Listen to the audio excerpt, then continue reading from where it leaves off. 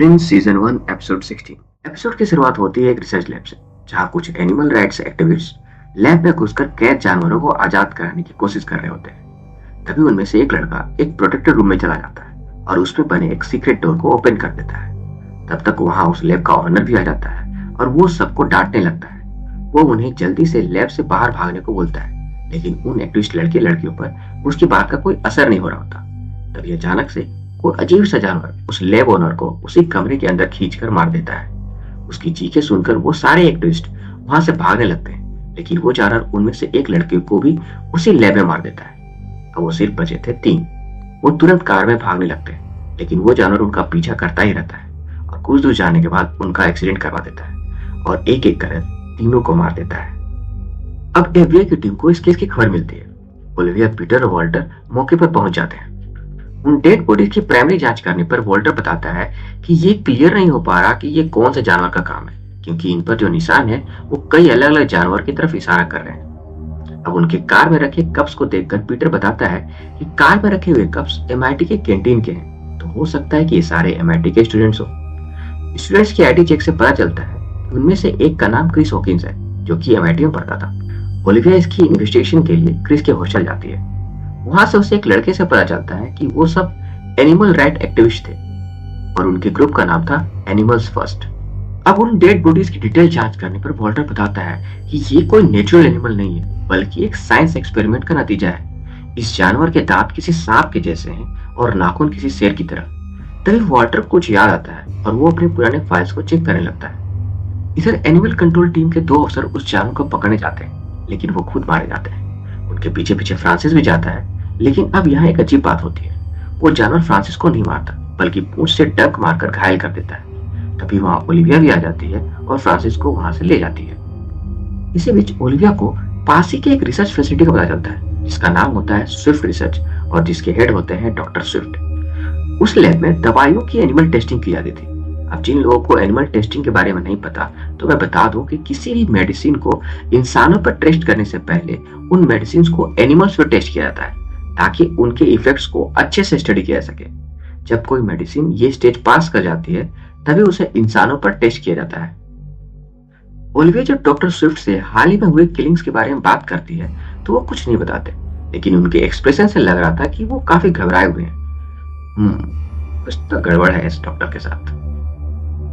जब ओलिविया वापस लैब आती है, तो देखती है कि वॉल्टर काफी परेशान है। वॉल्टर सबको अपनी पुरानी रिसर्च फाइल दिखाता है और उसमें उसी तरह के जानवर का मेंशन था। यह वॉल्टर बताता है कि 30 साल पहले उसने हाइब्रिड जानवर बनाने की कोशिश की थी। हालांकि उसका एक्सपेरिमेंट सक्सेसफुल नहीं हुआ था और उसके बनाए हुए सारे जानवर मर गए थे, लेकिन अब किसी ने उसकी रिसर्च को आगे बढ़ाया है और अभी वाला नया जानवर बना लिया है। तभी पास पड़ी डेड बॉडी हिलने लगती है और उसे चेक करने पता चलता है कि उसके अंदर काफी सारे लार्वा लग गए हैं। इसे देखकर वॉल्टर बताता है कि वो जानवर जब भी किसी को डंक मारता है, तो उसके साथ वो अपने शिकार की बॉडी में अंडे भी डाल देता है। इसका मतलब फ्रांसिस की भी जान खतरे में थी, क्योंकि उसे भी उस जानवर ने डंक मारा था।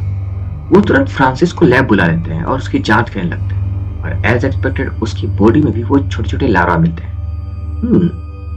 इसीलिए उस जानवर ने फ्रांसिस को मारकर खाया नहीं, क्योंकि वो काफी हेल्दी था और अंडों के लिए अच्छा होस्ट बन सकता था। ग्रेट। अब चार्ली के पास सिर्फ 24 घंटे थे। वॉल्टर बताता है कि इस जानवर का जहर इतना रेयर है कि फ्रांसिस को बचाने के लिए एकमात्र तरीका है उस जानवर को पकड़कर उसी के बॉडी से एंटी सीरम बनाना होगा। वो तय करता है कि चाहे जो भी हो, वो फ्रांसिस को कुछ नहीं होने देगा। अब वो जानवर सीवर्स के रास्ते शहर में घूमना शुरू करता है और नए नए लोगों पर हमला करता रहता है। पीटर और ओलिविया उसे रोकने की कोशिश करते हैं, लेकिन हर बार वो हाथ से निकल जाता है। तभी एमआईटी के हॉस्टल से वही लड़का कॉल करता है जिससे ओलिविया ने पहले पूछताछ की थी। वो ओलिविया को बताता है कि क्रिस का एक और दोस्त था जो उसके साथ हमेशा रहता था, और उसका नाम था जोनाथन स्विफ्ट, और वो भी उसी दिन से कॉलेज नहीं आया था जिस दिन से क्रिस की डेथ हुई थी। स्विफ्ट का नाम सुनते ही ओलिविया समझ जाती है कि वो डॉक्टर स्विफ्ट का बेटा है, और फिर से डॉक्टर स्विफ्ट के पास पहुंच जाती है पूछताछ के लिए। इस बार भी डॉक्टर स्विफ्ट इधर उधर के बहाने बना रहा होता है, लेकिन थोड़ा धमकाने पर वो बता देता है कि उस जानवर को उसी के लैब में कैमरून नाम के साइंटिस्ट ने बनाया था, और कैमरून वही आदमी होता है जिसे उस जानवर ने शो के स्टार्टिंग में सबसे पहले मार दिया था। यहाँ डॉक्टर स्विफ्ट बताता है कि उस जानवर को कई तरह के जीवों के डीएनए को बैट्स यानी कि चमगादड़ के डीएनए से मिलाकर बनाया गया है। क्योंकि बैट्स अपने बच्चों के लिए काफी प्रोटेक्टिव होते हैं, तो सब प्लान बनाते हैं कि उन लार्वा को चारा बनाकर उस जानवर को पकड़ा जाएगा। अब वो उस जानवर को पकड़ने के लिए सीवर्स में जाते हैं। थोड़ी बहुत मुश्किल के बाद वो उस जानवर को मारने में कामयाब होते हैं। वाल्टर उस जानवर के ब्लड से सीरम बना लेता है और फ्रांसिस को इंजेक्ट करता है, जिससे उसकी भी जान बच जाती है।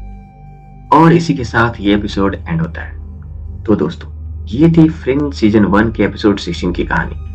अगर आपको ये वीडियो अच्छा लगा तो प्लीज लाइक, शेयर और सब्सक्राइब कीजिए। फ्रिंज के अगले एपिसोड की कहानी और भी मजेदार होने वाली है। तो मिलते हैं अगले वीडियो में, तब तक के लिए बाय।